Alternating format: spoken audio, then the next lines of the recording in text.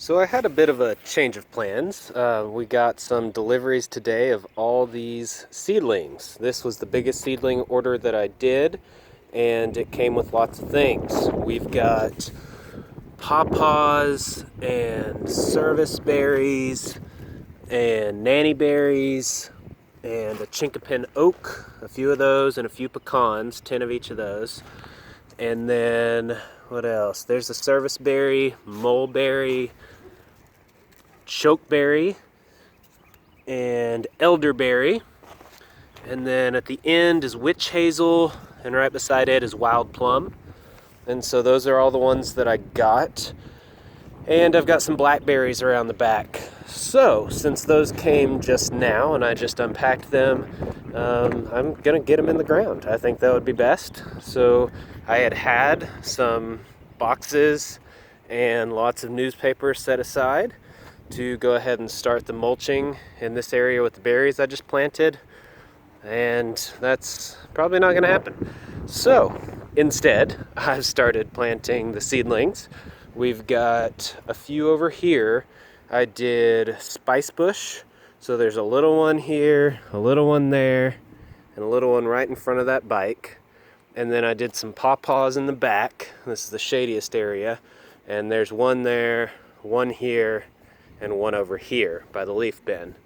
So that concludes this area as far as the planting is concerned. I don't think I'm going to take up any more of the yard through this area, so that's probably all I'm going to do there. But I would like to show off some of the other things that I've been doing on the way to the back where I'm planting the rest of these seedlings. Actually, now that I think about it, I might do some wild plums or something right along here. I might. We'll see. Maybe a pawpaw. I don't know. We'll see what I have left over that I need to use up. There's an extra space over there that would work well. I had considered doing another area here and doing a bit of a food forest here. It is pretty shady. The sun tracks from, let's see, way over on that side pretty much, and directly overhead, and then sets in this direction. So for most of the first half of the day, the sun's blocked by the house, and then the later half, all these trees with the established canopy up there. And so, yeah, it pretty much would have to be these seedlings that I ordered. The seedlings are generally more native plants that do well in partial shade, so they could work. We'll see what I end up doing for that. This over here is the bed that I had shown in an earlier video that was not finished at all. So I ended up planting more bulbs. You can see some of them were already coming up, and then some were just bulbs that are down on the ground that hopefully will come up, and then mulched it with all these pine needles. So this bed is pretty much done. I just finished it, I don't know, yesterday, day before is when I did it. So it still hasn't settled and still looks a little mangled slightly, but it looks much better than it did.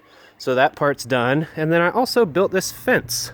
So I basically just did a small little section through the garden off of our screen porch, and it comes to here to our little walkway pathway, and then extends over here to the garage. And we actually plan on doing maybe some sort of little garden bed right here in front of this fence line. Not sure what that'll be. I've got some passion flowers coming, the maypops that have the fruits that you can eat. And those, I know passion flower in general does really good in our area. So I might plant one of them here and one of them on that side and let them take over these fences. We'll see.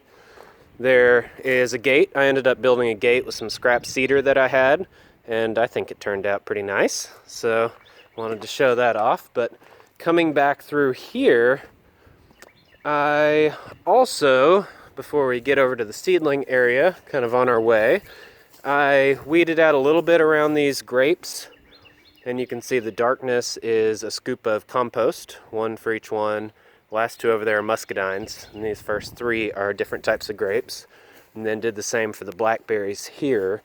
I've got 1, 2, 3 blackberries that are doing very well.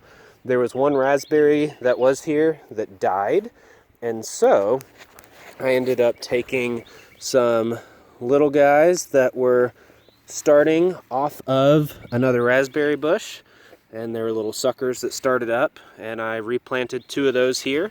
They look very healthy. They're planted and watered in, and this was the bush that came off of, and you can see it's thriving as well and doing really good. There's even some little flowers starting to come up, some little buds, so that's a good sign. Over here, this one is a wineberry, which I actually don't know much about. I don't think it produced yet last year. Last year was the first year. So it's definitely much smaller, but I'm very curious. It's supposed to be very yummy, so I'm looking forward to that. And I did a scoop of compost around each one of the mulberries that are established, and they're thriving. They were in all last season, so this will be their second growing season, and they're doing really good. So that takes us to where I'm going to do the rest of the seedlings. Well, the next section of seedlings, definitely not the rest because there's so many.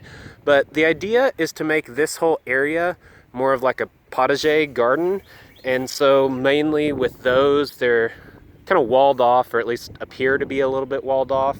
And so we're gonna try to accomplish that look with what we're doing here.